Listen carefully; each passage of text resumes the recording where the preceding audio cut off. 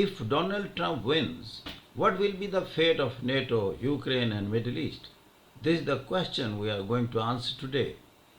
There is every indication that Donald Trump will be the Republican nominee for the US presidency according to opinion polls. Trump has a realistic chance of winning the upcoming election. However, these forecasts are not well received in Europe as his election is seen as a threat to the continent.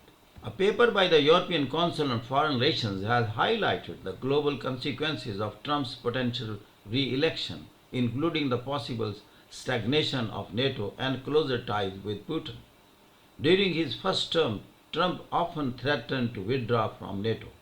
In mid-January, Trump suggested that military support for European NATO partners would depend on their treatment of the US. He has previously criticized NATO and European countries, suggesting that they have taken advantage of the United States.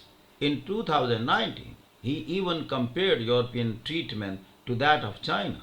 Concerns also exist about Trump withdrawing Europe's nuclear umbrella, though it seems unrealistic, which could lead to a nuclear arms race as European countries consider expanding their nuclear arsenals. The objective of Trump's policy seems to be reducing the United States' economic burden regarding the Ukraine war, potentially putting pressure on the European Union to do the same.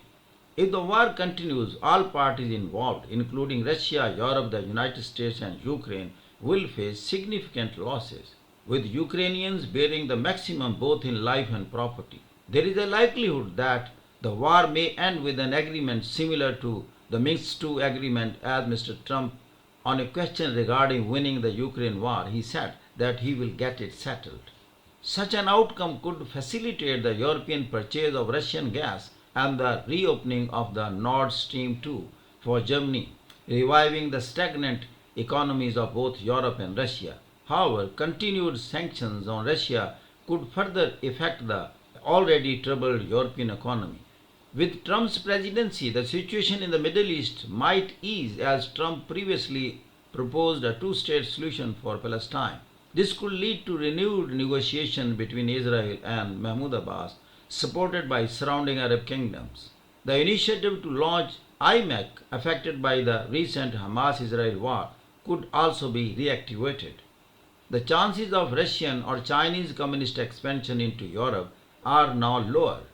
The focus has shifted to the economic arena, with European and American companies seeking contracts in Russia, Chinese companies in Europe, and the European Union in Africa, including Russia and China and the G7, could further this economic cooperation. Dismantling barriers and strengthening institutions like the United Nations Organization, ICJ, and the International Criminal Court are crucial. These institutions should protect human rights, democratic values, and freedom of thought and expression. Thank you very much for listening. God bless you.